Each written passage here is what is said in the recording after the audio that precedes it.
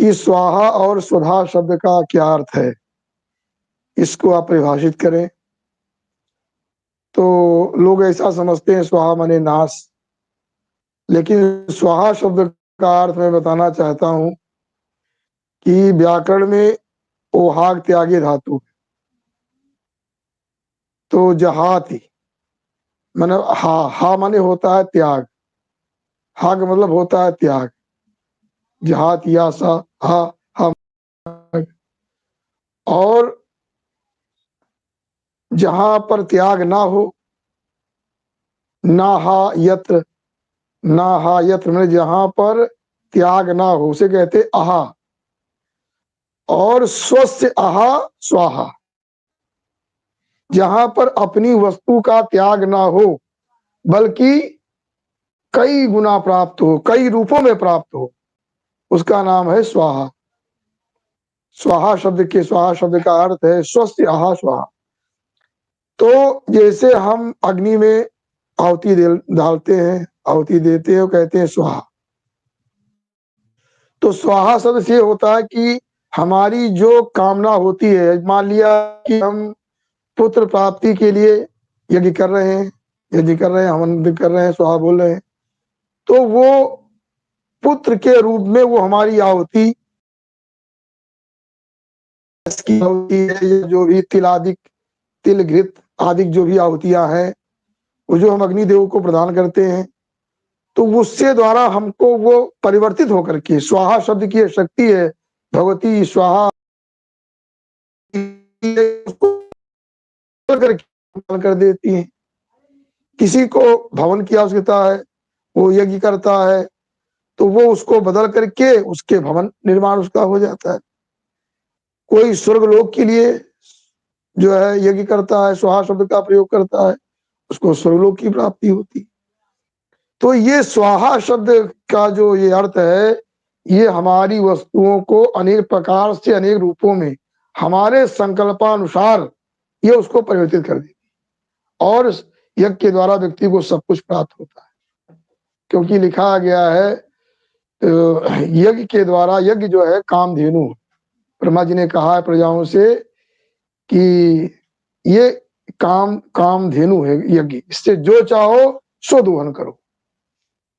तो ये स्वाहा देवी के द्वारा जो है, स्वाहा के द्वारा ये सब कुछ प्राप्त होता है। मैं स्वाहा शब्द गुना हो, कहाँ से प्राप्त हो, वो स्वाहा शब्द का अर्थ।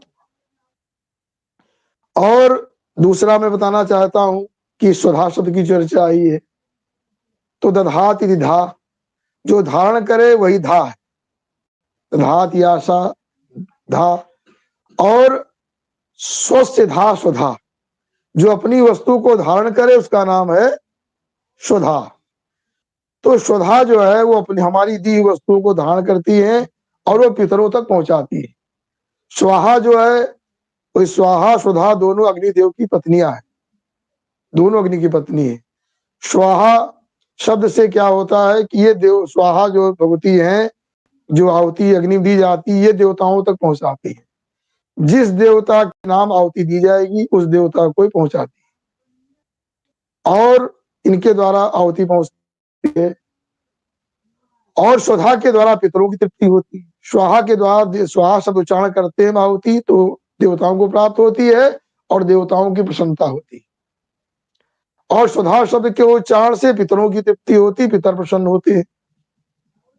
इसलिए स्वाहा स्वधा कहा गया है कि जयंती मंगला काली भद्रकाली कपालिनी दुर्गा क्षमा शिवा धात्री स्वाहा स्वधा नमोस्तुते। ये स्वाहा और स्वधा को नमस्कार किया गया है कि जो है स्वाहा भगवती देवी है, स्वधा ये है, और इनके द्वारा कहा गया है, जिसे दुर्गा सप्तशती में मार्कंडेय पुराण में कहा गया है कि यस्या समस्त सुरता समुदीरणेन तृप्तिं प्रयाति सकले सुमखे सुदेवी स्वाहा शिवै पितृगणस्य च तृप्ति हेतु रुचार्य से जनैत्वमतैव जनैः च।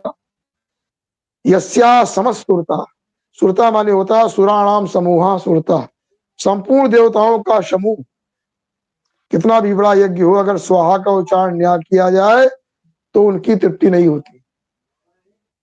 स्वाहा शब्द के उच्चारण करने से उनकी तृप्ति हो जाती है देवताओं, और स्वधा शब्द करने से पितरों की तृप्ति हो जाती है।